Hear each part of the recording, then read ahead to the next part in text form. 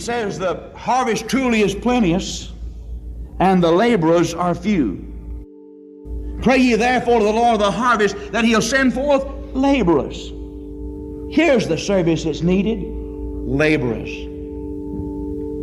He didn't say pray and ask God to get the job done. He can do it all by... No, He said pray the Lord of the harvest to send forth laborers. Men are needed. God needs men. He needs laborers in the vineyard. He needs laborers in the field to gather the harvest. But what kind of men does He need? Laborers. When you pass by a man on the street, do you ever think there is a soul that's going to spend eternity somewhere? 10 million years from now, that man's going to be either in heaven or in hell. Do you think about that? Or you just see him as another fellow who'll soon pass off the stage? Christ doesn't see like we see. He placed a value on them. He didn't see them as blades of grass or pebbles by the seashore or grains of sand on the beach, but He saw them as ripened wheat, ready to be harvested. And then when He pictured the multitudes as a plenteous harvest, there's also the thought of danger. You see, when a field is ripe and it's ready to be harvested, there's a danger.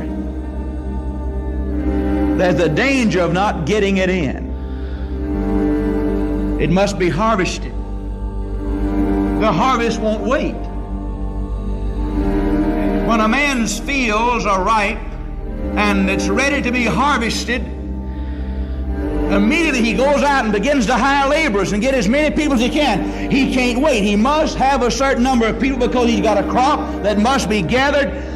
Here is an immediate need as well as a danger. It must be taken care of now.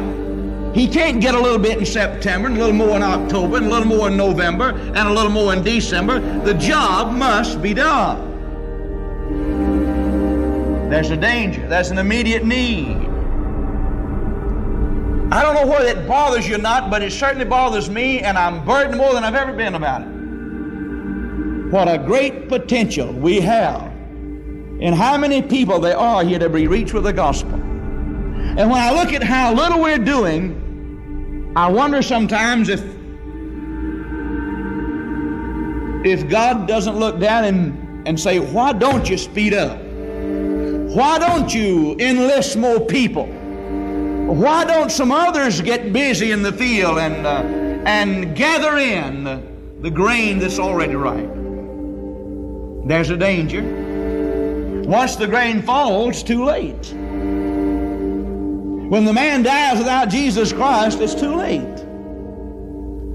I wonder how much grain has already fallen, and that's gone. There's absolutely no way to go back and get it. Here's a danger. Once it's lost forever. When a man dies without Jesus Christ, he goes into hell. It's an irretrievable loss. There's no possibility of ever getting him out. You see, there's an immediate need. There's a danger implied. Men are going to hell, and we seem to be unconcerned about it. And when He likened the multitudes to a plenteous harvest, there's the thought here that the masses were accessible. I know it's argued nowadays that people won't listen to you. You can tell them, they'll turn a deaf ear. But I beg to differ with you. People will hear you. Man has a hunger in his heart for God. He's built that way. There's a void in his heart. There's an aching in his heart that only Jesus Christ can satisfy, and man is willing to listen. But the problem is not with the harvest, but with the laborers.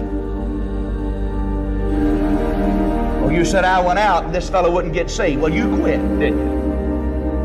You ought to have kept going. I found out that a lot of rebellious young folk listen. The truth is, you haven't been telling them anything. Oh, you may go down and say, well, you dirty bunch of morons, you ought to go get a haircut. Listen, why don't you lead him to Jesus, and Jesus lead him to the barber? They'll listen. The harvest truly is plenteous. The masses are accessible. But we let the liquor crowd have it. We let the cigarette crowd have it. We let the dope crowd have it. And we're afraid to spend any money to reach multitudes. Cost a lot. Well, wait a minute. Don't you think the souls are worth it? I'll never be satisfied standing in the edge of the field, getting one grain occasionally. I'll never be satisfied till I'm right in the middle of the field with a sickle in both hands and it's falling everywhere and somebody's grabbing it. Maybe you will, but I can't. There's the idea that the masses were accessible. They're there. Tomorrow in your office, you're going to have 3 or 4 people unsaved. They're accessible. You're going to have lunch tomorrow with somebody that's unsaved. They're accessible. You're going to sit there and talk about who done your hair up last week. Are you going to talk about a new bedroom suit you bought? You're going to waste 45 minutes doing nothing day after day till finally that grain falls in the field. No, the multitudes are accessible. The harvest truly is plenteous. Here it is, boys. They're out there. They're standing up. They're saying, come get me. Come get me.